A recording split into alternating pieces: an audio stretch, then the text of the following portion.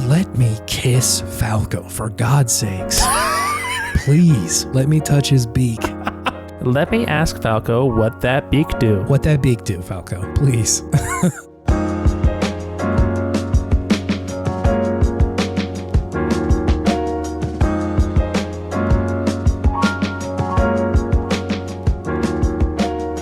It's been 2 weeks since we recorded. You said it's been in a way that made me think of the Bare Naked Ladies. It's tough not to hear it. It's a very common phrase, but I also, whenever I hear the sentence or just the two words, it's been, I'm like, well. But you also led up into it. You said, it's been. Yeah, it's a little tough. 2 weeks since you talked to me.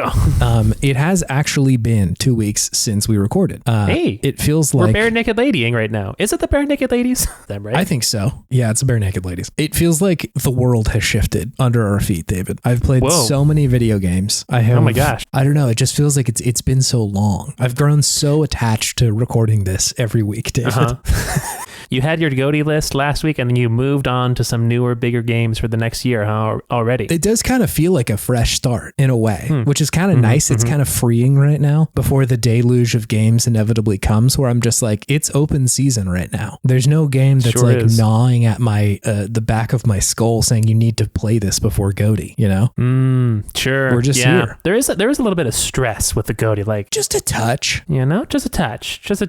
It's not overwhelming here at Video Game Podtimism, the Optimist video game variety show where two best friends talk about the wonderful world of gaming. My name is Chase. And my name is David. It's not super bad because like I feel like both of us are pretty upfront with like, hey, I just simply didn't play this game that everybody loved. And that's fine. Yeah. I feel like it is much more a representation of the games that we enjoy the most rather than the objectively best games, whatever that even means. Sure. Yeah. But every now and then, yeah, like I felt it just a touch with Metaphor last year where I'm like, I think I actually do like this game a lot and I would like to play more of it to kind of suss out where is this going to land for me. But right now, open season. All video games are welcome. This is not all like completely on topic, but I got a PlayStation Portal for Christmas, David.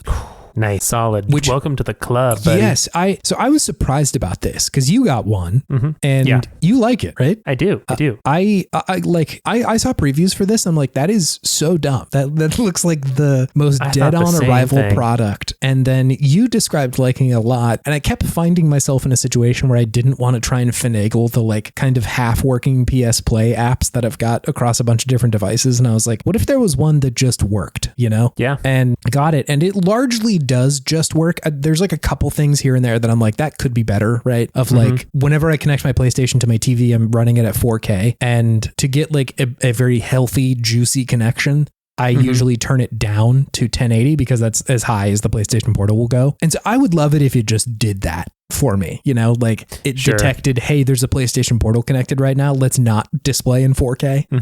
But you know, that's nitpicky because largely it does work very well. You need like a little bit of internet, but like, you know, it's not super onerous. But not only did I get the PlayStation Portal, I also figured out how to set up Moonlight. Do you know what this is, David? No, what is this? Moonlight is like it's kind of like a streaming service for games that you own on your PC. Whoa. And so it's very similar concept to what the Portal is doing, but you set it up and there's this thing I'm using called Apollo, which is a fork of, I think it's Starlight or Sunshine is the program that it's running. And essentially it just streams it to a device. So you set it up on your computer and then you can use it on pretty much any device. Like most devices have a Moonlight app on them. So like iOS does, my Odin does. I'm sure that the like Retroid pockets do, and it works remarkably well. I was shocked that it works as well as it does. Like I was playing a couple games and I was like, it truly feels like there's no latency between my inputs and the game itself, and it looks amazing too. And so that has really opened me up to like, it's time to game anyway, baby. So you're telling me the Stadia was ahead of its time?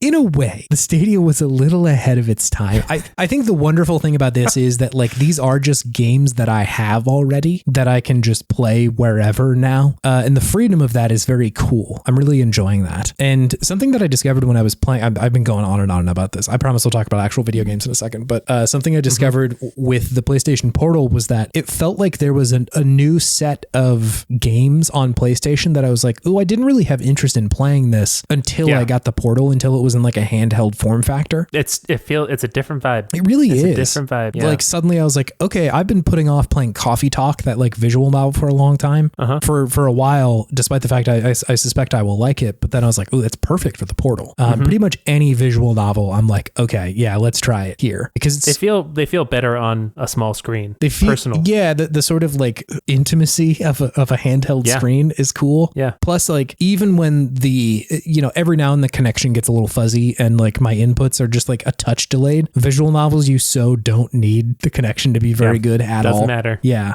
So that was kind of a relief. And the same thing happened with Moonlight, where I was like, I own so many just from like the bundles over the years that I've bought that I haven't played. Like AI, the Somnium Files, I really want to check out. I bought the other Zero Escape games for PC because I'm like, why not? Also, a game called The House in Fata Morgana, which I like have been hearing for years is just one of the best visual novels of all time, that I like didn't want to sit down on my PC, but I was like, I'll definitely play that in handheld. Suddenly I'm very interested in doing that. So it's a brand new year. It's a brand new day, David. Hell yeah. Love it. Yeah. It's thrilling. It's great for you. Do you want to tell me about the video games you played over break? Yeah, I do. Tell me, please. So I had planned to play a lot of Metaphor Refantazio on my PlayStation Portal. Yeah. But I committed a grave error. I forgot to put my PlayStation on rest mode when I left. It was just off. It was off. Yeah. Which is the Achilles heel of the PlayStation Portal for me, is that then it becomes useless because you can't remote turn on the PlayStation with the Portal. You can turn it on from sleep, but you can't turn it on from off. Yeah. That's the rub. Yeah. So I was pretty sad. I was pretty sad about that. It was one of those things where, you're packing everything up, you're getting ready to go, and then you realize that, or you just feel like there's one thing you're forgetting. There's just one thing gnawing at the back of your mind. You're just like, there's something that I was going to do, and I just do not remember what it was. And for me, it was turn on my PlayStation before I leave. Yeah. But that being said, it's just, I still got my Switch, baby. Yeah. Balatro does not disappoint still. It's true. So I played a lot of Balatro over the break. Great game. Yes. Talked about Balatro a lot. Yeah. It's still good. It's still fun. Yeah. I also downloaded a little game, Chase, called 1000X Resist. Oh, let's go. I haven't touched it yet. That's because fine. I am waiting for a moment to like really be able to sit down and enjoy it, because it sounds like a game that you really need to be engaging with mentally. Yes. Yeah. At least that's my assumption. I think it is, but I don't know. Like I had this experience with Lorelei and the Laser Eyes last year where like I had to be so fucking engaged with that game because it demands so much mental focus from you. Yeah. And like, I would say that that's half true of 1000 Times Resist. Part of the game too is that like you can just feel it if you want to, and that will still be a very valid experience of that game. And so like, yes, you need to be like kind of ready for a little bit more of a game, but I feel like of all people, I pretty rarely see you play a game in autopilot mode, where you're only half paying attention. I think it is a game that like demands your attention, and at least I gave that to it pretty willingly. I also totally get where you're coming from, though. Like there's plenty of games that I'm just like, oh, not now. Like I'm not ready for it yet, or something like that. Like Death Stranding was like that for me for a long time. I feel the same thing about Death Stranding. I'm kind of intimidated by this game. 1000 Times Resist. Like, I feel like it is one of those things that's been so hyped up for me now that I'm also trying to temper my expectations so that I can go in with, as little expectation as possible to just not have, not the rug pulled out from me, but just to not build it up so much as something in my mind that it wouldn't meet. So I think it's also good to take a little break and just like look at it, just get used to it being in the room with me, and then just finally find my footing and give it a shot. But I'm very excited to play that one. I'm excited for you to play it. I hope it treats you well. I think it will. I think this is a kind of game that will land well for you, but I think this is kind of part of the risk of these wild indie games that come out of nowhere sometimes, is that people like myself will try to scream at people to play it, and then some people will be like, okay, fine. Like, if it's the best game ever, then I'll try it. And then, expectation kind of hurts that experience. Like, it was a very nice experience for me to be like, oh, I've heard this is good, and then play it, rather than like, I've heard this is one of the best games of the year, and then build it up in my head for months and months and months, Exactly. Which is hard. So looking forward to it, and I think it's gonna be good. Yeah. But just trying to be like, it's almost like a folk hero in my head right now. Yeah. You're about to meet the man. Yeah. I'm about to meet the man. I don't know if I'm ready. I love that one of your game updates for the year is I downloaded a game. I downloaded a game. Yeah. For the last 2 weeks. It's been staring at me whenever I open up my Switch. Sure. And then the other game I've been playing a lot of is Metaphor Refantazio. Yeah. I'm getting through the dungeon on Virga Island. Yes. Yeah. Things are getting crazy. I know. Things are Yeah. getting wild. Quite some wild shit goes on in that dungeon. I love a good lore drop. Yes. Yeah. Love a good lore drop. And this is the lore be dropping right now. I think I found out why my playtime is so much longer than yours. I don't think it's just that I meander more than you. Yeah. I think it is that I have been playing this game at night and have been like falling asleep periodically while playing this game. Sure. Yeah. In a true like old man gamer move, just like a controller in my hand, just falling asleep. Yeah. But yeah, I'm like 52 hours in now. But yeah, it's a fun game. Still enjoying it a lot. Yeah. It was my game of the year. It was last year. So yeah, just making my way through. Stroll's my best buddy ever. Finally maxed out all the way with his story, so that was good one. Yeah, fulfilling, satisfying ending to it. I feel terrible though whenever I give an answer to someone asking me a question and I only get like one little triangle of mag. I'm just like, I gave the wrong answer. I'm a terrible friend. I shouldn't be the captain. They hate me. They don't like me. They hate me now. Yeah. What does that say about your social interactions? It says that I am trying to min max my social interactions. Right. Yeah. And just get as much XP as possible. Sure. Yeah. So you can upgrade your archetype. Yep. Your Benavides archetype. Got to get my archetypes going, baby. I beat Metaphor over the break, David. Nice. I said that it was a shorter Atlas game. There's a lot of shit at the end of the game that's like, are you sure you don't want to do just a little extra? And I'm like, fuck you guys. Come on, man. Because I do. So they lied. So I ended. Or you lied. I ended at 72 hours. Is how long this game took me. Okay, sure. It'll probably be 100 for me. I was gonna say I think you'll probably land at 100 because the island dungeon feels like around. I hesitate to say halfway through, but maybe a little bit more than that. But yeah, there's like a ton of stuff right at the end where it's like a bunch of optional bosses, and there's plenty of time to like max out your social links and shit like that. And I had to do it to them. Gotta max out those links. This is the only Atlas game that I've played though where I got every social link to the max though. Whoa. Most of the other ones I have not done that. Like you kind of have to choose, but it does feel like towards the end of the game they give you a little bit of leeway of like, hey, if you really want all of this, you can have this. That's nice. It is kind of nice, but it's a remarkable video game. I had a really good time with it. And I think like the thing that I was worried about with the narrative was that they wouldn't stick the landing with what they were saying. Like the power of fiction from the outset, I was like, oh man, this could be very cringe if they do this the wrong way. But I think ultimately they do land the ship pretty well. And I think you've kind of made references to this before of like, it seems like the thing that they're talking about is that like these stories are nice, but like we need to do shit here now, it's cool to point your ship somewhere, but like we need to be able to take action today. Words are wind. Yes. Yeah. Like the ideals are an important part of this, but like we have to do something too. And I think that like works for this story. Like it in some ways it feels out of touch, but in some way it feels extremely in touch with reality too. And I think that was really cool. That was really great. So nice. Yeah, I also liked this game quite a bit. I did leave my PlayStation on rest mode, so I played a fair bit of Metaphor. You beautiful genius. Yeah. I rarely turn it off completely. I used to just keep it in rest mode a lot, but then there were 2 recent like chest blackouts in Santa Barbara. Yeah. And I'm just like, this isn't good for my hard drive.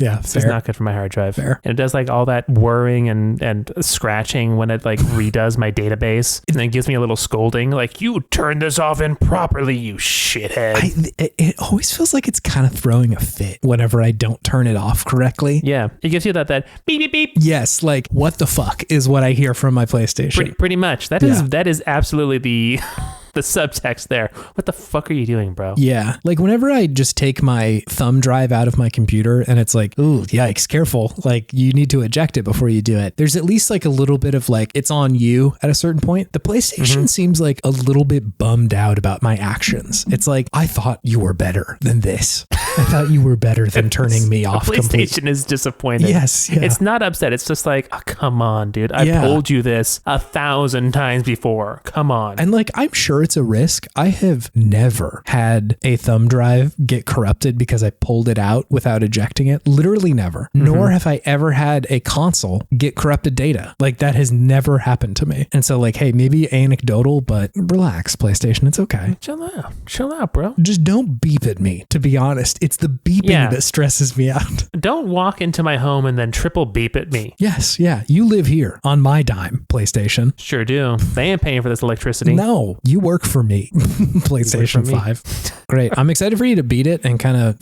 feel out what you think of it. I wonder if we should do a longer episode about it. That could be fun too. I'd be down. Yeah. We've been kind of walking through the Kingdom Hearts and Metal Gear Solid series, but like, why not start with a metaphor, you know? Why not? A bit of a Refantazio. Would you say that Metaphor would land higher on your list after beating it?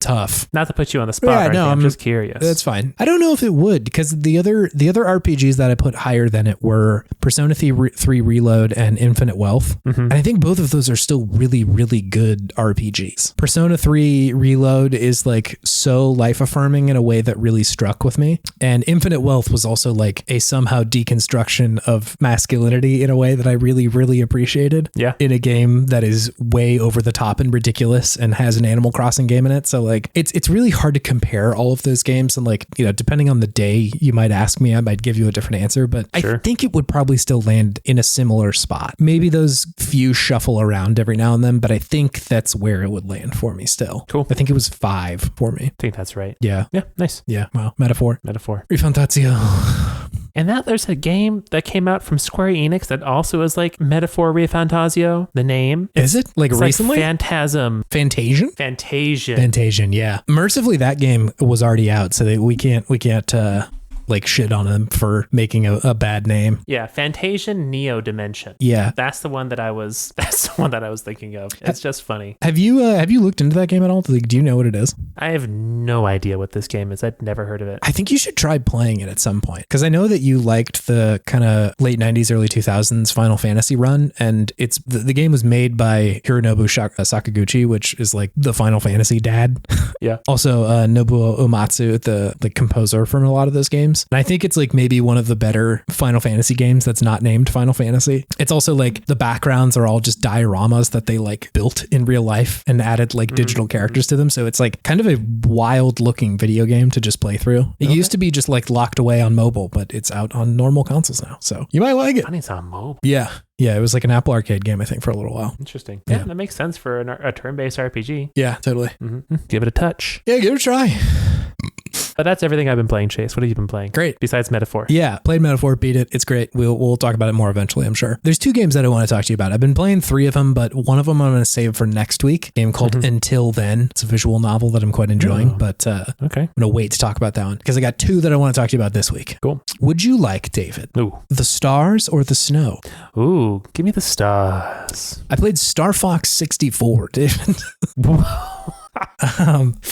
Where is this on the list of your most replayed games? It's high. It's very high. And I was about to say, you've played the ever-loving hell out of this game over your life. Yes, yeah. I would say I probably played it a lot more earlier. Like I played it a lot when it came out, and then there was like kind of a resurgence for me, I don't know, like 5 or 10 years after the fact, when I was like, God, this game was very good. But I haven't really been back to it, and I don't think I've talked about it on the show before. I honestly could be wrong about that. It's totally possible. We're on like episode 230 something, so like who knows what history holds. But I usually try to avoid playing games that I like know I'm a fan of completely, like very frequently on the show, because like I find that kind of boring content, like guy born in 1990 like Starfox, like shocking, you know. Case is on his 5th Bloodborne replay. Yes, yeah. Like honestly, Bloodborne is always calling me, and I'm like, what new shit do I have to say about it? Like, I think I've talked about it like in 2 separate moments on the podcast. Yeah, like, I don't know that I need to add a third, but I was like, you know what? Let me try it. Let me just check out what's going on in Starfox. So allow me some self-indulgence, if you would, for the first part of the year here. Absolutely.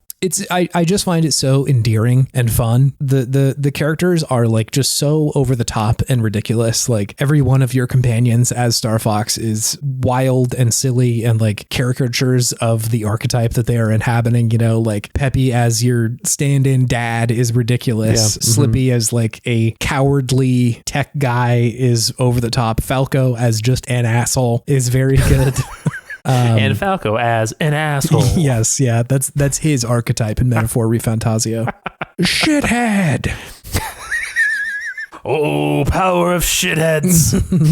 But all of them are just like, it's very fun. It's very endearing to experience the kind of chatter that they have between each other. And they're just always yapping. So it does really help like kind of break up the moments that could otherwise be slow. Mm-hmm. And so like I love returning to that. It also reminded me just how young I was when I was first playing this game, because I would go through certain parts and remember what I would like do as a kid when I was playing this. Like at some point on Zonus, there's like an ecological disaster that Andros has wrought upon this planet. And Slippy at some point says like, oh, this is terrible in regards to like the ecology of this place. And as a kid, I would like pretend to be devastated about like witnessing this like beautiful planet's destruction, like performing as if I was also in Starfox. Nice. And I was like, that's like extremely 6 to 7 year old kid behavior. At least it was for me. I don't know if everybody else did that, but shit like that, where I'm just being like reminded of like, man, I was young playing this, which is also shocking because it is an extremely hard video game at points. Sure is. Starwolf is hard to fight. Like that man has a pretty competent lay of the land of how to fight in these ships. I like really struggled towards the end of the game where it was the level where you just have to fight Starwolf prior to beating Andros, and shit's hard. It's really challenging. I also like made the mistake of dying the first time, which means that you only get the like single little green laser blaster instead of the like triple blue one that does much more damage, which just makes it so much harder. But eventually, figured out, beat Andros, and saw the ghost of my dad. You know how it goes. Love it. Love ghost dads. Yes, yeah, I'm a big fan of the ghost dads. So like overall, the experience I think was like very fun. It's so hard to divorce myself from the like nostalgia for this because it is just like a part of me at a certain point. As like I know every fucking secret in this game and like how to do the hard route in the game to like get to the true ending or whatever. And so like it's hard to judge it objectively, but I think a much more interesting thought experiment is to think about like how would Nintendo do this now? Because they've tried a bunch of Star Fox games and I don't think any of them really hit in the way that they were hoping. And I think part of that, I can't remember what the name of it was, like Star Fox Assault or something, was the one on Wii U. And I wonder, like, was that just the Wii U? Did you think that Star Fox did bad because it was on the Wii U, or did it just truly not sell very well? But I like in every other game, I never really felt the same kind of draw that 64 had. And I do wonder how much of that is like just nostalgia for me, the one on GameCube I didn't find super good. There was 2 of them. There was like the Animal Planet one, and then I think there was like a more quote unquote traditional Star Fox game. Was Steve Irwin in the Animal Planet one? Yeah, exactly. Yeah, he was there. Steve was up in the piece. He gave you the spear that you fought with. But there was that one. There was the one on DS, which I remember liking, but not having a ton of impact on me. And then there was the one on the Wii U as well. And just like none of these really hit. And at least for my money, like again, I don't remember very much of the Wii U one. So it's possible that upon returning to it, I might enjoy it a lot more. But at least Nintendo's opinion has been like, well, Star Fox is dead. Like no more Star Fox. Yeah. And, I feel like we're just on the cusp of them announcing a new Switch. So I may eat my words because like Star Fox Switch 2. It's going to be right there. Yeah, it might be a new launch entry. But even still, I think that they've kind of like let it go as far as the franchise goes. And I kind of don't blame them in a way because like it's pretty rare that I find a rail shooter in 2024 that I'm like, hell yeah, brother. Like, this is sweet. Yeah. Yeah. Like there's a couple that I think are intentionally trying to do the Starfox thing, like X Zodiac and Rogue Flight in the past couple of years are like indie games that are trying to do the Starfox thing. And I liked them, to be clear, but clearly Nintendo does not have a ton of interest in it. Good. I was just going to say that I think I totally agree with everything you're saying, but now I'm seeing, what is it? Sega just released a new Sonic game that people are actually like, hey, this is good Sonic. Yeah. So I think it's possible because there are some similarities between classic Sonic and classic Star Fox in a way, in that they're both kind of on rails. They both have a specific thing they're doing. You go fast, you shoot things in space. So I'd be curious if they could do it, if they really like tried. Yeah. I think they could do something. It's possible. At the very least. We talk about this every now and then, and I think usually in regard to first person shooters, but I think the same could be said at this point about like 2D roguelikes or something like that. That genre has gone through so much iteration that one game can do something interesting and suddenly it's like, oh shit, now the whole genre kind of has to like adapt to that. Sure. But with rail shooters, I don't think that that's really been the case. Like there hasn't been a ton of innovation. There hasn't been a ton of like interest in trying like, okay, let's do a bunch of different shit. And so in a way, it seems like Nintendo, probably smartly, but still like what they would have to do is try to innovate to such a degree that it feels like, oh my God, I can't believe rail shooters could be this, you know? Mm-hmm. Yeah. Because, shooters from the N64 era kind of stunk. Like they were not that good. True. Sorry, GoldenEye fans. Yeah. It's the cold hard truth. Yes. Yeah. Like they're tough to play, or, like I was going to say a roguelike, but no, I think a roguelike would work fine on an N64. That's fine. But like games have moved on so much from there. And so they kind of have to pretend that there has been 20 years of iteration in that genre and figure it out now. Like, what does it look like now? Because if they put out one that feels like it's stuck in the Wii era, then it's like, okay, well, that's not really going to hit super well. Yeah. But I think that they totally could. Like, you could take so many other ideas from other games and other series and shit that like would totally fit in with Star Fox, I think. I feel like they could do a fun iteration on Star Fox Adventure, but make it like No Man's Sky. Yeah, totally possible. Like you just fly into space from the planet that you've been exploring, and then you do some dogfights. Yeah. Maybe it's like Gummy Ship Rail-esque in between different levels or different planets. Yeah. And you rinse and repeat. Yeah, I just feel like there's so much room to try different shit there. And Nintendo, like when they want to be, I think are good at having fun characters in their games. And like I feel like that is kind of quintessential to Star Fox, is having like a colorful cast. Yeah. And so they could do this. I don't think it's beyond their realm of creativity, but I understand why they haven't, because it does seem like an uphill battle, like to suddenly come back with, hey, rail shooters are back, or like, damn, dude, I don't know. Like at what point do you call like a genre just like something people are not interested in? Like the sequel to Pokemon Snap came out a year or two ago, and like I know there are people who liked it, and like for all intents and purposes, Pokemon Snap is a rail shooter. It's just it happens to be a camera instead of a gun. But like I don't, the game didn't sell like hotcakes. It wasn't crazy, and so I wonder if they're just like, no, that genre might just be done. I don't subscribe to that. I think any genre can always be interesting if there's like a spark or a cool idea.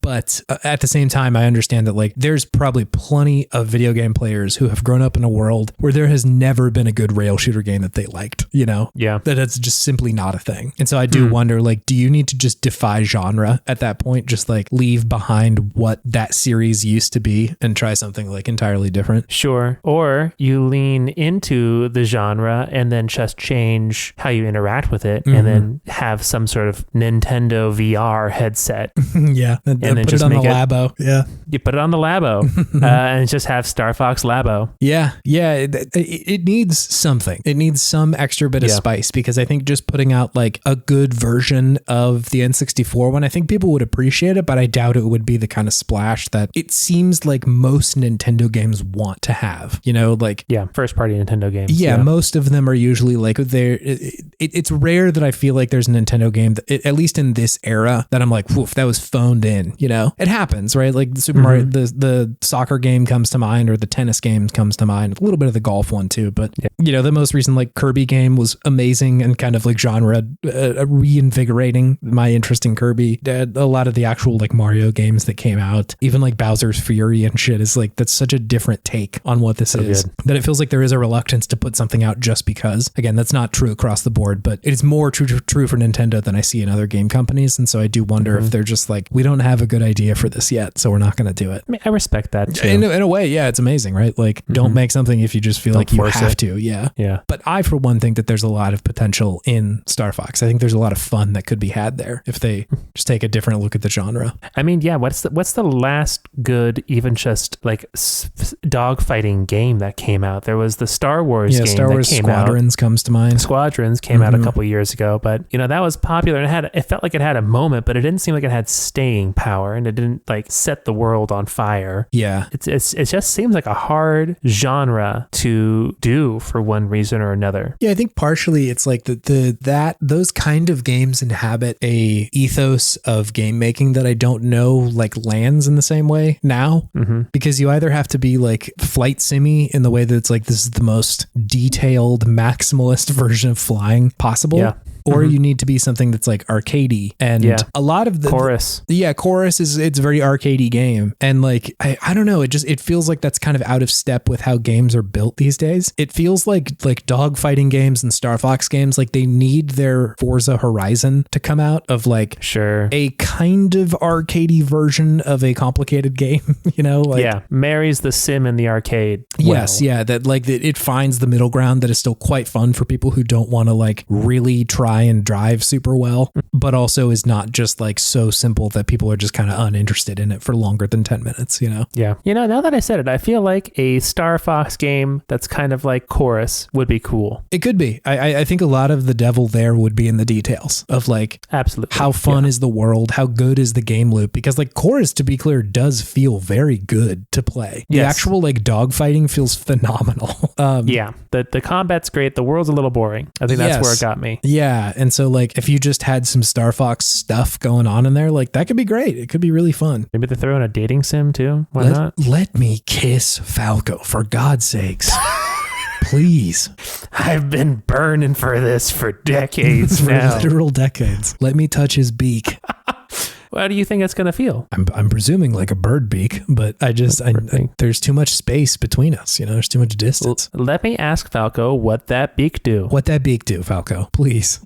Big beak energy. Can we possibly add another title to our podcast of what that blank do? Because I think that would be our third one. And like, is it really? Because we had what those turts do about turtles. That's and then I think recently there was one as well. And then of course, just a mere 2 episodes ago was what that Zaku do. So I don't know if we can possibly name it what that beak do. It's another entry in the what that blank do saga of Podtimism. Yeah. What that heart do? Next Kingdom Hearts episode. Yeah, true. God. But that beak do though, it's a good question. Talk shit mostly. This is talk shit up to this point. Peck things. Yeah. Anyway, that's Star Fox. I had a good time with it. Hell yeah. I like that game. The other game, Snow, David, is I've been playing a game called Frostpunk 2. Oh, this was that really difficult game, right? Frostpunk? Yes. Yeah, the first one. I think we talked about it on the show. That feels like it was. You did. Yeah, I think it feels like a similar time frame. It's a deck building roguelike, correct? Nay, this is a city builder. It's a city builder. Wow, yes. I had it totally wrong. That was about the time that I was fiending for literally any deck like rogue builder. That's not right. Deck like rogue builder. Deck building. That's a new genre, right? Yeah, we figured a new one out, everybody. Build your rogue. Does he have a beak? Does he have deck likes? Deck likes? Frostpunk was a game that is a city builder. That first one was essentially so the premise of the game is that like the world is covered in snow. Like ecological disaster has pushed us to the point where like almost nowhere is inhabitable. It's simply too cold. But that you have founded New London, which is this like kind of area that is dug into kind of a hole in the earth, and it's a circular city with like a big generator at the center of it that you have to manage and build and try to like survive these brutal winters. And that was mostly what the first game was, is just this one city. And I found it very compelling, and I was a little bit surprised by that because the tone and the setting is so bleak. Like it is truly rough to try and think about, because like it's so incredibly cold, and the game like really hammers that home. And just like every bit of the game, like sometimes the screen will frost when it just becomes colder and shit. That's cool. It's great. And so I'm surprised that like at no point did it really feel like tonally overwhelming for me. Like in contrast to something like I always kind of get bummed out whenever I'm playing a Fallout game and I'm like, man, this world fucking sucks. Like this is brutal to exist in. And sometimes that will push me away from playing the game because I'm like, this is just like too rough. Or even something I talked about this years ago, but this game called The Tenants was a game that I played, which is like another, it's like a property management sim essentially. And like, I remember you talking about this one. It has like a very chipper tone on it. And like the art style is very like happy-go-lucky, but just something about being a landlord and having to like charge rent. I was like, man, I don't know if this is fun, you know? It's like, well, I guess I got to evict these people. Yippee! Yes. Yeah. They're bad tenants. So I have to kick them out. Yeah. Like, but for some reason, Frostpunk manages to not engage that part of my brain, despite the fact like it is brutal. Again, like you were in the first one, you had to sign like, oh yeah, let's roll back those child labor laws. Like we need some children to be working in the mines and shit, you know, like that kind of stuff was constantly coming up. And it's just for whatever reason, my brain didn't trigger into thinking about it too much. And so I was able to kind of like just treat it as a city builder. But as you referenced, it is quite difficult. It is a really, really hard game. And like, I think the intent of that game is that you will lose pretty frequently. And with most other city builders, I was like, I usually tap out if I'm like not doing great. But something about the game just kind of kept me around. I ended up really liking it. And I had seen that this game came out, Frostpunk 2, and I was a little bit reticent because I saw that people were reviewing it and they're like, oh, it's not as good as the first one. Like, I'm not super interested. And I was like, okay, well, maybe I'll hold off on doing that. And then I have my annual, oh yeah, I also subscribe to Game Pass on PC idea. There you like, go. Let me check out what they've put out in the last year. I never think about that. Me neither. And one of the things was Frostpunk 2. So I'm like, oh shit, okay, I'll give this a try. And so I tried it. And interestingly to me, it is a very different game than the first one. The premise is that like you have survived the events of the first game, like those, you have made it through those like series of winters, and New London is a city that is like largely established, right? Like it is, they've figured out how to live there. It's still quite brutal, but like it's not the kind of like fighting for actual survival initially in the setup of the game. It's like we've kind of made it through that portion of our history. And so the setup for the second one is like, we now need to figure out how to maybe expand and like how to live elsewhere too. There's these kind of incredible cutscenes in the beginning where they're essentially saying like, we have too many people, there's overcrowding, and like they're kind of getting antsy about this. Like, so we need to figure out what to do now. And so that's the setup. And you initially like zoom out essentially from the pit that you were living in the first one. It's a very small part of the screen now. And it's like, okay, now this is the scale of the game, is this part of the map now. And so you're presented with like kind of similar, but a little bit different mechanics of like, you have to do something called like frost breaking to prepare an area for like housing districts or industrial districts or something to like clear the snow away enough to like be able to build homes there. And then you also have to like, figure out how much coal you have to keep the generator running, try and figure out a source of like oil if you can, which will be like a very helpful resource to keep your city hot. Again, like I think in most city builders, you are dealing with much more menial stuff. If I'm thinking about like, city skylines, it's like keeping the economy doing well and, the power running well. And this is similar to an extent, but you're fighting off like cold and shit like that. Like there's a meter on there of like, how cold are your citizens? How many of them are dying from, just exposure and shit. And so it's typical in some ways, but I like the fiction that they've wrapped around it. And so all that's true. And then it starts to layer on more shit of like, okay, we now have people that want to go and explore outside the city and like there's a larger map that you can zoom out into and be like, all right, I'm going to send a team out to this part of the map and see what they find there, you know. And sometimes it's like, hey, we found a bunch of like prefab materials that will allow us to build more shit, or we found a good source of food that we can bring back if we like connect this up with our like trails that we've got built to this zone. And it's all very fun, and I just find it very satisfying to, like you've spoken about with City Skylines, of just deal with the crisis that is in front of you. And there is always a crisis there. Like it is so rare in this game that you're like, I am sitting so pretty right now. And I think one of the more interesting things that they've added that really keeps you on your toes there is that there's essentially different like societal and political beliefs and factions in your city. There are the Frostlanders, who are just like, for all intents and purposes, like kind of agnostic people who just like live there, and they're kind of driven by like pragmatism in a way. There are pilgrims, who are people that like believe that we should turn the generators off and like try to live and adapt to the land. There are like stalwarts that are much more like technologically and science and logic based people, but oftentimes like they can kind of get out in front of themselves and become a little bit like fascistic in a way. And there's one other one, but I almost never pay attention to that faction, so I don't remember it. But point being that like they have all these people, and pretty much no matter what decision you are deciding in, or what thing you're deciding to do in the city, you will make happy or piss off one of those factions, right? So like there's a tech tree and shit like that. And so you can research like, okay, how do we want to operate our hospitals? Do we want to use like more traditional medicine, or imbue some of our like science with it, but move a little bit faster and maybe be more risky, right? Certain factions will like or hate that depending on which ones you do. And then there's also this like kind of politics mechanic that they add where you at some point can introduce like a new law of like, all right, here's what we're going to go with as far as like how we frost break shit. We're either going to use like the kind of speedy method, or we're going to invest in like automation that will make it slower but more safe, right?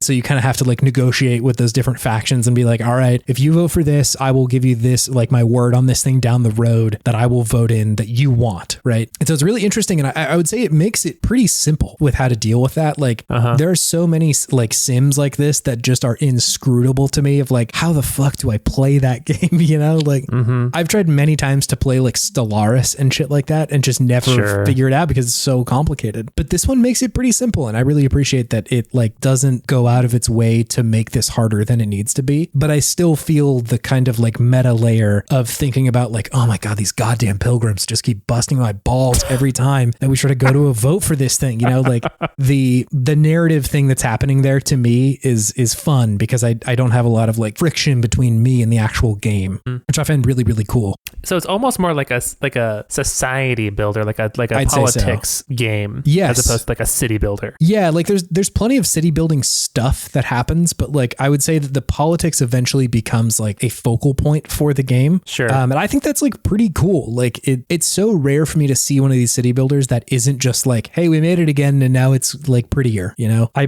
played City Skylines 2 recently and didn't bring it to the show, but like I didn't love it. I heard it wasn't great. And partially, like it is City Skylines 1. Like if you liked that, I bet you'll like this too, but it also crashed on me and there was no autosave, and I'm like, well, goodbye. Like I played it for like 2 hours and I'm like, nope, that's it. I'm not going back. Brutal. It was like a demo, so I didn't feel terrible that like it died and I didn't lose any money, but still, I appreciate that this game is like, all right, we made the last one and there is like narrative difference to what this game is covering, you know, that like assuming that you beat the first one, like we've made it out of that part of history and now here's some new shit that we're doing. That's like kind of a cool concept to me for a city builder. And for the mechanics to reflect that, I also find pretty interesting. Again, like if you are allergic to the kind of harrowing political shit that's going on in this, and I wouldn't say that I am not allergic to it, but I for whatever reason, I'm just able to keep my view at the 30,000 foot level at this game. But if you are totally allergic to it, I suspect that this could be kind of a troubling game to play. Again, because it is hard, right? Like the decisions you're making are not kind ones to the people in this world. But I think just it feels shrewd. Like yes, exactly. Like, oh, this, like I got to a part in the game recently where like you essentially have to pick a side with one of the factions. Like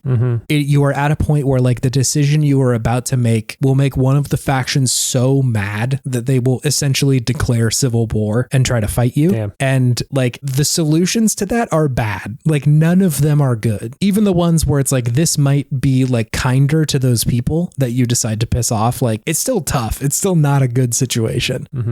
And so like, I think the game is comfortable with depicting that, but it doesn't feel like at any point it's like, yeah, good, like kick them out, like you should beat these people up or whatever. It's more just like, this place is hell and you have to make hellish choices here. Yeah. But even still, I would understand it if somebody saw that and be like, that actually is a little bit too close to home for me. Totally understandable. But for me, just like, the level of fiction that they have applied to this feels so outlandish that it doesn't like totally trigger into my brain of like, oh, yikes, that's kind of rough to experience. Sure. Again, because I'm looking at the city from like a mile above it or something like that. You never ever see like people actually fighting or anything like that. Yeah, you're lording over it. I'm looking at the graph of like, people are unhappy. I guess I'll try and fix that, Yeah, it's easy to depersonalize and dehumanize things via numbers. And like that in itself is commentary, Yeah. And so like, anyway, point being, I find this game very cool and interesting, and I'm a little bit surprised that it got such kind of bad reviews. And I do wonder if it is because it is such a departure from what the first one was. Like, it is a very different game. Like the stuff that you are doing in this is different than that one, but I find that pretty cool because it's new. It feels like a very new experience to me. Cool. Yeah, that's Frostpunk too. I'm enjoying it. Yeah, snow. It's too cold outside. Anyway, this will bring me to my Podtimistic thing of the week, David. Which is? It was reading everyone's gaming moments of the year in our Discord. Oh, nice. I was not expecting people to do this, and I loved that it took on the life that it took. A lot of folks after our Game of the Year episode were like, hey, I also want to chime in with the coolest like gaming moments that I had this year, which I'm also realizing after the fact, I think is a thing that they do on MinMax, the podcast, but like neither of us listened to that, so we just came to the same conclusion that they did apparently. Cool. Great minds. It was cool to kind of like see like, all right, what stood out for people, because a lot of them were in games that I like haven't played, so yeah, it was cool. It's a wonderful place in there. I enjoy being there. Also, shouts out to Rob I for making a mock of the factory pervert Podtimism tank top. It was very, very funny. I like that quite a bit.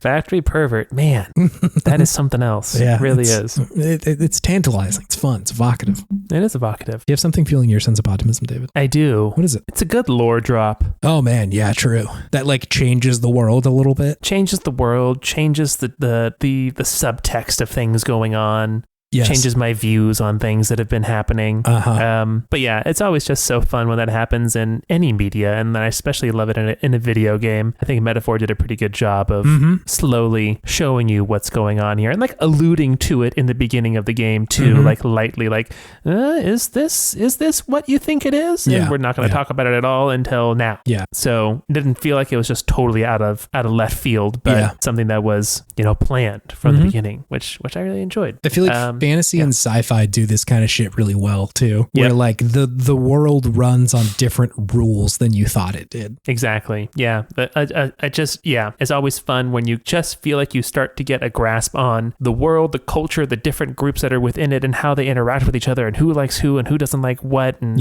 all that. And then it just completely turns it on its head by being like, none of this fucking matters because all this shit happened. So it's just all a bunch of baloney. Yeah. Yeah. It's great. It is good. I appreciated the lore drop that they have in there. And I will say, like, I'm not going to spoil anything here, but like, I think that it's handled pretty well where it doesn't it doesn't go on to be the main focal point of the story. Cause like I could see them having that be the lore drop and then be like, everything is about this now. But I think abandoning all the story with like Luis and shit like that would be a mistake, but they don't. Just cool. I appreciate it. Luis Guyaburn. Good villain, I will say. Good villain. Yeah. Really good villain. Like some of the bad guys in Persona games have a tendency to lean more like cartoonishly bad. Yeah. And that's not true across the board. Like some of them are actually very good. But like for a big bad to be Luis like this, who's just like so shrewd and so shitty. And like every time you think you like, oh, this is it, he's caught us in this terrible trap. He's like, oh, I actually don't give a shit about that one thing that you were worried about. But like, here's my horrible plan that I'm putting into action now, Yeah. None of that matters because I'm doing this. Yes. Which is always just like, oh my God, like, hey, that feels feels way too close to reality. But also it's just like so he feels so terrible to be around in the game. And God, my blood pressure goes up whenever I'm in a conversation with him and he's asking me questions like, oh God, I'm not ready. Yeah. And not only that, but like he does the good villain thing where I'm like, man, I see eye to eye with this guy on a couple things, which like really sucks, you know? Yep. He's the altruistic fascist. Yeah. He's like espousing equality in some ways. He's using like emancipatory language, but for the horriblest reason, you know? Yeah. Yeah. And the way of it being realized is through mass oppression. Yes. Yeah, exactly. He's like the AI who's gone bad, but he's a human. Yes. Yeah. Of like, you're close in some ways, but I know that the cost that it will take to get what you want is so bad. It's like ain't just worth it. Yeah. So man, great villain. Love that. Great villain. Love that guy in some ways. Yeah. Love to hate him. Yeah, true. A couple of fun lore drops towards the end of the game there too. Oh man. I can sense it. Yeah. My lore meter is beeping. Your jimmies have been rustled. Your lore jimmies. They've just been a little rustled. Yeah. And they know that there's more rustling to come. And maybe even a little tussling. There could be a tussle to your jimmies. Could be a tussle. Do you want to move on to our main thing, David? Yeah, let's do it. All right, let's do it.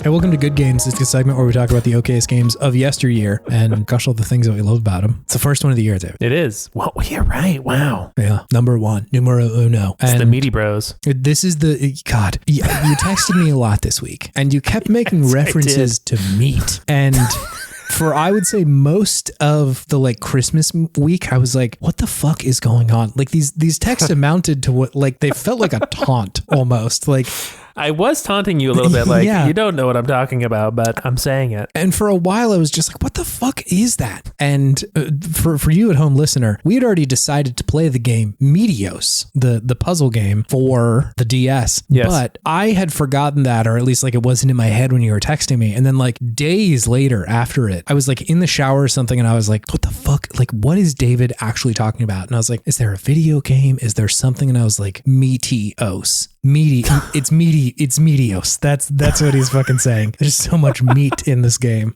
Like you would sent me so many emojis of like the steak emoji and shit like that. A lot of steak emojis. Jesus.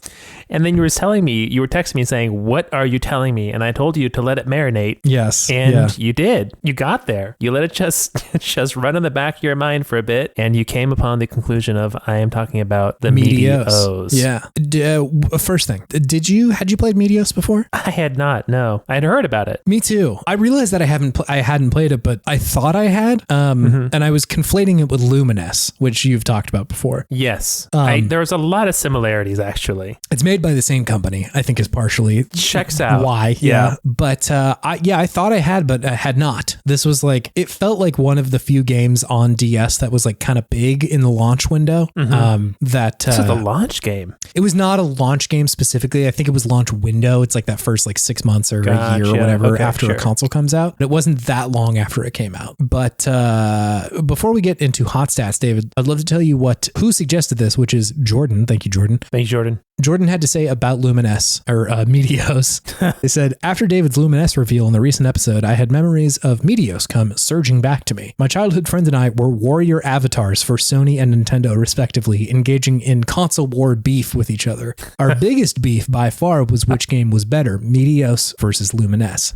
I adore Meteos. The cool little alien characters, the music, the gameplay twists across each planet, and it was the first game that made me really appreciate UI design and aesthetics. A true gem on the DS. Thank you, Jordan. This very much mirrors your and my experience with Ratchet & Clank and Jak and Daxter. Absolutely. Of just like picking an arbitrary point in the ground and saying, this one is mine and that one is yours. This is the hill I will die on. Yes. This one here. Yeah. Which is fun.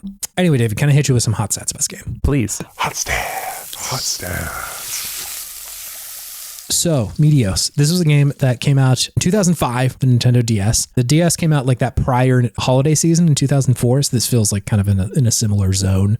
This was made by Q Entertainment, which, as we suggested, was the people who made Lumines, A Child of Eden, and Every Extend Extra Extreme. Oh, I forgot about that game. I know. Whoa. Yeah, it was quite a throwback there, a brain blast. I do have a review from Joe Video, an outlet out of France, that I took their review. I ran it through Google Translate a number of times, one language into another, to mangle it up real good. This one's a little blue. Oh, whoa. So okay. I need you to be prepared for that. Did they find the meaty bros too? They found the meaty bros. You will experience it. All right. All right. Here's what they said. I felt like I was in DS. You need to get your hands dirty. The power of the game system is huge. In fact, for many players, your body, your desires, your family, and your happiness are all wrong.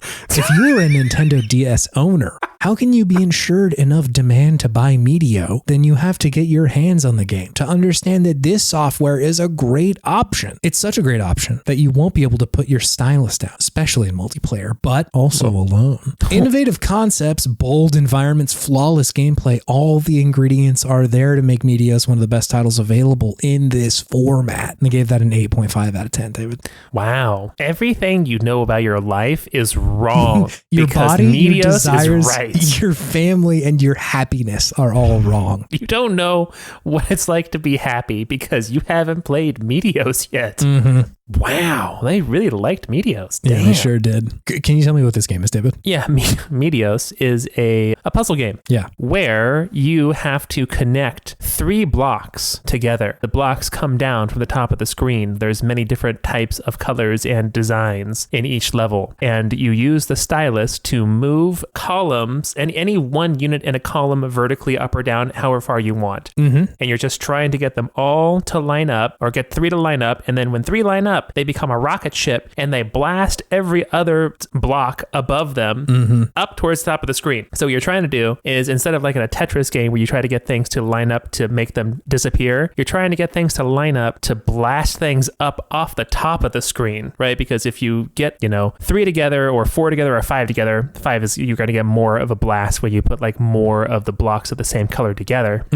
It'll blast it further and farther, because sometimes it'll be, too many blocks on the top. And if you do match things like just right on the bottom, it's not going to be enough lift to get it out of the screen. But then you can just like keep on pulling them down as it's still boosting to just try to get them up out of the area, the play area. Yep. Yeah. That's it. It's like reverse Tetris is what it felt like to me. It's reverse Tetris. It's like it's Tetris where you fight back. There's something that is throwing these blocks at you from space, and you are blasting them right back at it. Yeah, it's interesting. I feel like there was this Q Entertainment certainly wanted to be like, we can make a sequel to Tetris, which is like such an insurmountable task, I feel like.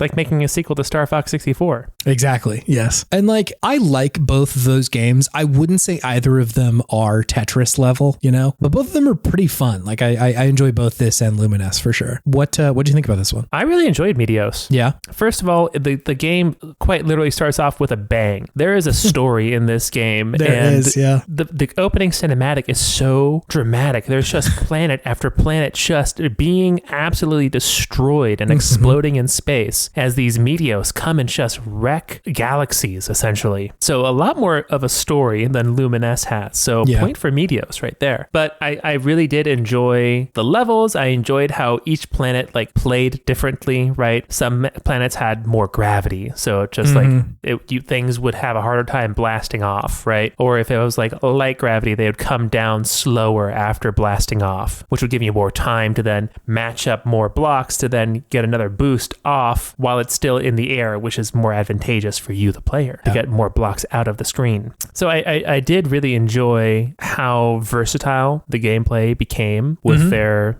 conceit of its different planets that you're going on. Yeah. The music was very fun, very good. Yeah, I enjoyed pretty much all of my time with this game, and I enjoyed enjoyed like the very small amount of story that was in it, and like the story mode that they had in this game too, which was goofy. I know. I appreciate the games of this era were like, well, we gotta have a fucking story mode. Like there were a lot of them that just have no business having a story, but like I love it whenever it's there. They went hard for this story. I know. Yeah. I read that the gameplay designer was none other than Masahiro Sakurai on this game, which really? Yes. Yeah. Which is that checks out. Quite fun. Yeah. It feels like a Sakurai game, like where the feel of the game is very important, you know? The feel of the game is important, and the screen, the menu screen is very Smash Bros. Yeah, it is. Oh my God. Yeah, you're right. The actual menu is extremely Smash Bros. Yeah. I was like, why does this feel like Smash Bros? It's all over the place. Yes. Yeah. Where it's just like, why is any of this in the placement that it is? Yeah. Why are things different shapes? Why are they different colors, different areas? All over. Loved it. Yeah. Classic Sakurai calling card. Exactly. Yeah. Yeah.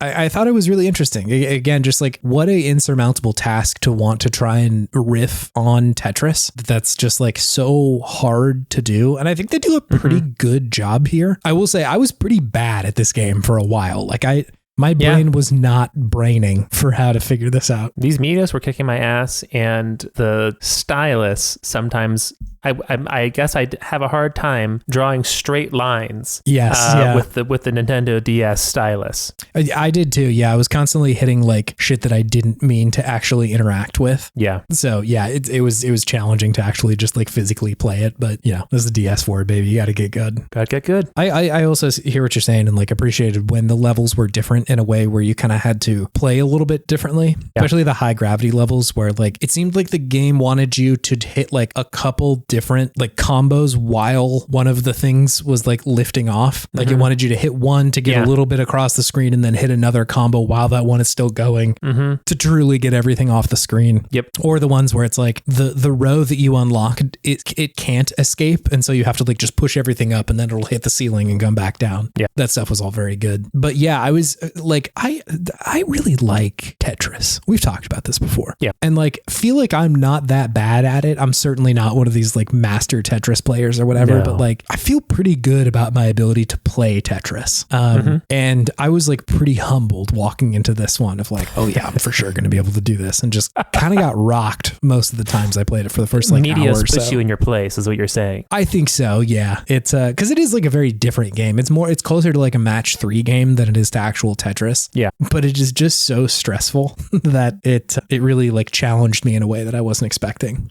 Yeah, because you have to think about moving the blocks vertically, but you have to really consider the rows like horizontally, because you can't like have a row like a block of 3 next to the very edge of the screen blast off, because then the one that's like left over, the column that's left over right at the edge of the screen it's going to be hard to get that one to lift off because things are in the air and you can't connect things, right? Yeah. So you have to be moving things vertically, but considering things horizontally in this game, which is a little bit of a mind trip. Yeah, it is. And also my brain wanted to move things horizontally so badly. So bad.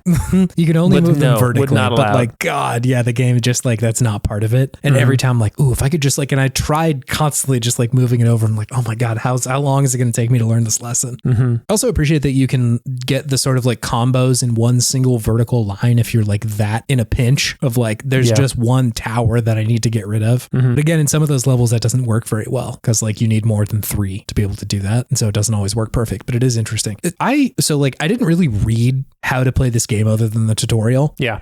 Are the planets, depending on like the little like graph that they give you at the beginning, is that telling you like these colored blocks are the ones that like do more in this world? Is that the idea? Ooh, I don't know. Yeah, I wasn't sure either. I don't know. It felt that way, but I wasn't totally positive about it. And like, that's kind of the fun of this era of games, is just being like, is that what that means? Like, am I interpreting this rule correctly in any way? Absolutely. Yeah. But it was good. I like that. It was also pretty well reviewed, this one. I like looked back at like how people responded to it, and it is largely like 9s out of 10s. I remember people liked Meteos. Yeah. I don't know if I would go as far as a 9 or 10 now. This is one of the few situations where I actually think like in returning to something like this, I was like, I would kind of want to see what this looks like in 2024, because I bet they could do do a lot here. Like the actual core gameplay, I think is pretty solid. But like it's all the kind of other stuff in it that I'm like, I wonder what that would look like. I know that there's a sequel called Meteos Disney Magic, which whoa, I'm not sure if that's any good or not. But what does Meteos look like in 2024? You know, maybe it's Disney Magic with Kingdom Hearts as well. Oh my God, yeah, I'm in. That is Disney Magic. I saw a video of Mickey, Donald, and Goofy at Disneyland dressed in their Kingdom Hearts costumes. Yo. Like the actual characters, like the first party proprietary actors in suits at Disneyland as King Mickey and Donald the Mage and Goofy the Knight. Yeah. It was pretty great. I would have lost my shit. Oh my God, yeah. Like suddenly I'm the child in Disneyland. Suddenly I am the child. I am knocking over a 10-year-old to get a picture with Goofy. Daddy needs to meet his friends. Look out. We go way back, kid. Get out the way. God. Oh man, yeah.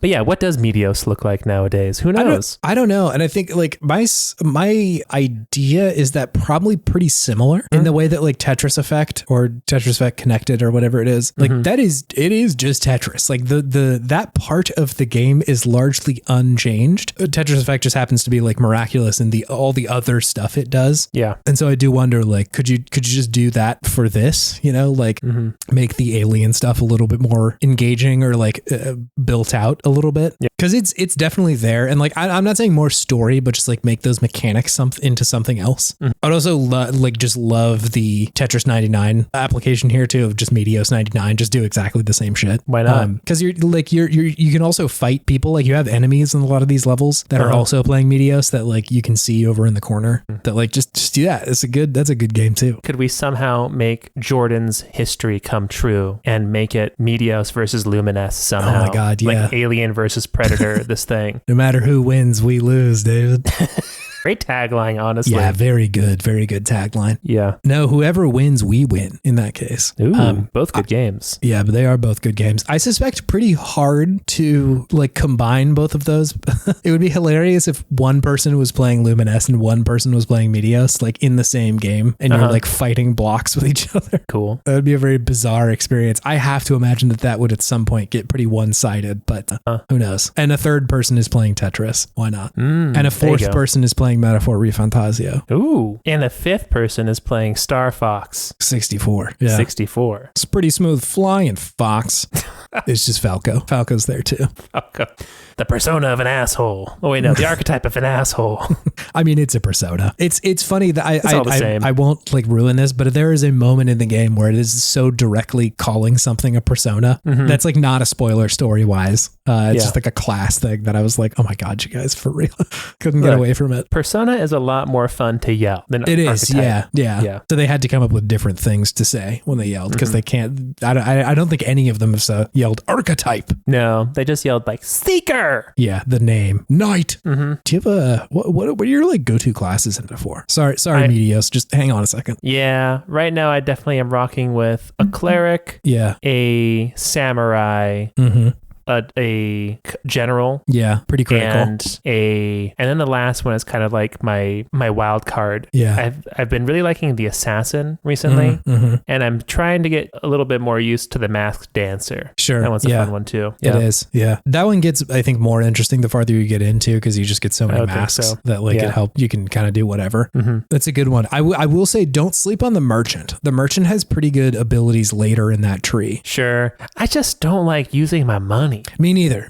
It's I usually don't use that, but there's shit that like you will need eventually in the tree. So like just like grab one person and let him sit there. That is the class that I have not been using at all. Is the merchant. Too. Yeah. But now I'll just have someone on the sidelines just leveling it up as I do other things. Yeah. At least get one person, because there is like an ability that is like quite useful towards the end of the game. Okay. Good tip. Yeah. Pro tip. Everything else I think is pretty self-explanatory. I will say at some point you should try experimenting with Heisme and put him in the Knight class, because his dodge is still just so high that if you make him into a tank, he's just like unbeatable, because he has such high defense and also high dodge that like you can just draw all the attacks to him, and then if just dodge it. Just dodge. Yeah. There's also a trinket that you can get that if you put it on him, it if somebody misses you, it drains all of their turns. Whoa. Which is insane, especially if you get Heisme dodging enough. It's like suddenly very one-sided, which is like a real thrill. It doesn't always work, but that has like really helped me. All right. Yeah. Aizme. What a guy. Aizme. It's very good. The other two, I guess you've got almost all the companions. The other one you get is like amazing. I'm ready for it. Yeah. What's your guess? What's your guess on the last person you got? It's Joker.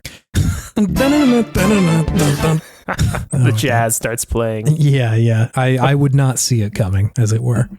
It's just the singer from Metaphor doing scat versions of the Persona 5 soundtrack. I'm in. You're describing something very good. Oh my God.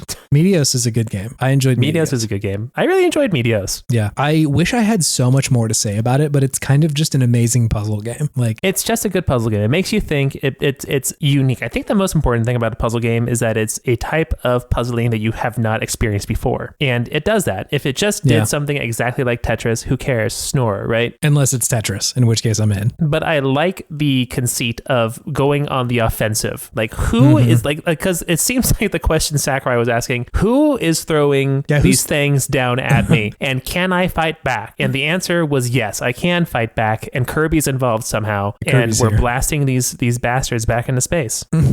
Yeah. I think Kirby's there because it's Sakurai who like made Kirby. Yeah, exactly. Yeah. Kirby, the guy. The big guy. Yeah. Yeah, I agree. Maybe the Kirby in the Forgotten Land, that's how this happened, was a Meteos invasion. Yeah. It's Meteo himself. It's like a guy. Meteos is like one dude too. You eventually fight him if you do the like story mode thing. Yep. Mr. Meteos. Mr. Meteo. The meaty bro himself. The meaty bro himself.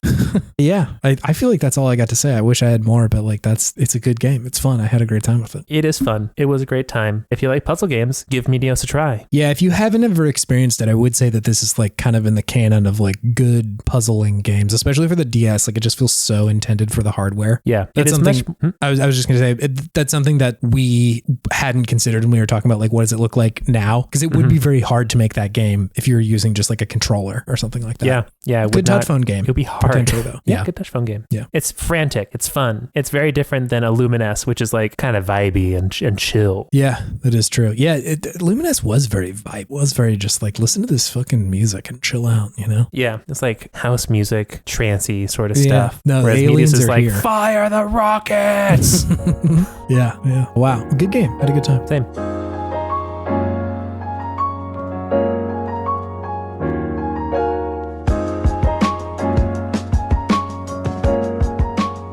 Hey, gamers, it's me, Chase, and I'm here to guide you through the outro for the first time in this new year. If you want to interact with the podcast anymore, you can go to podtimism.com. Got a whole bunch of stuff there. It's your place if you want to check out more of our stuff, more of our episodes. Check if there's a game that we've talked about before. It'll show you what episode that pops up in. You can also suggest a game there if you'd like to, like Jordan did. Got a link to all of our stuff. Most importantly is likely the Discord link, which will lead you to the worstgarbage.online, which is a Discord with us and a bunch of other podcasts. We are a part of that network, in fact. And yeah, you should check it totally out. There are other cool podcasts on there, such as Into the Aether and Paws and Claws and Frog of the Week and Girl Mode and .zip and Can't Let It Go and Any Percent if you subscribe to Into the Aether's Patreon too. So yeah, check it out. It's fun time. I really like that space, and yeah, a lot of appreciation for it kind of after the new year and the goatee zone of the year. If you want to help us out at all, you can do one of two things. One is show it to a friend. Be like, hey, they talked about Meaty Bros in this one, and you can listen to that. Or you can just give it a review on whatever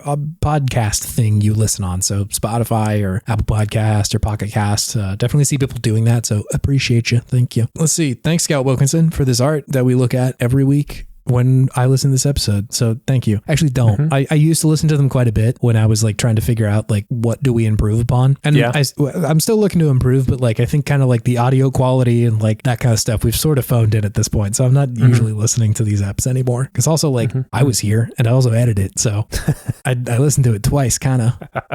Yeah, you listen to it 2 times as much as I do.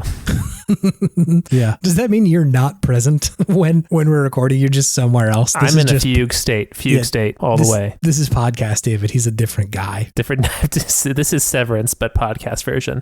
I'm a completely different person in my real life. Yeah. So yeah, thank you for doing that. I don't even remember where the fuck I was. Anyway, thanks listener for listening to this podcast. Appreciate you having you here. Thanks everybody for checking out the show in the new year, hanging out, doing the new stuff, and vibing, keeping it tight, Keeping it tight in the new year. Yeah. Keep on rocking in the free world, David. Do you have any gaming wisdom for me? If you were being attacked, yeah, it's okay to fight back. It's good. You should protect yourself. Yeah. It's okay to fight for self-defense. Sure. Okay. Especially if there are Meteos, meaty eyes. Well, that's kind of scary. Falling down from the sky at you. Send them boys back. Don't be like the Tetris folks, right? Yeah. And just let it happen and just erase them with your interdimensional technology, right? Send them back to space with your space age technology. Rockets, baby. Nothing they can't do. Yeah, all those drones in New Jersey, let's beat them up. Or those are Meteos defense units, though. Maybe that's what this is. Oh, yeah, it could be. They're just waiting for someone to start doing the puzzle. They're waiting for the Meteoses.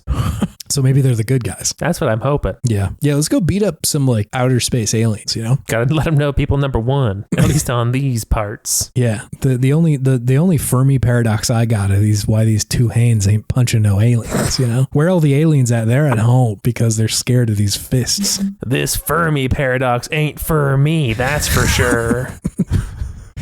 My Fermi paradox is left and right, fur and me. And you're about to catch both of them, buddy. Yep. Oh, man. That's good. All right. We'll see you next week, gamers. Yep. See ya. Bye. Bye.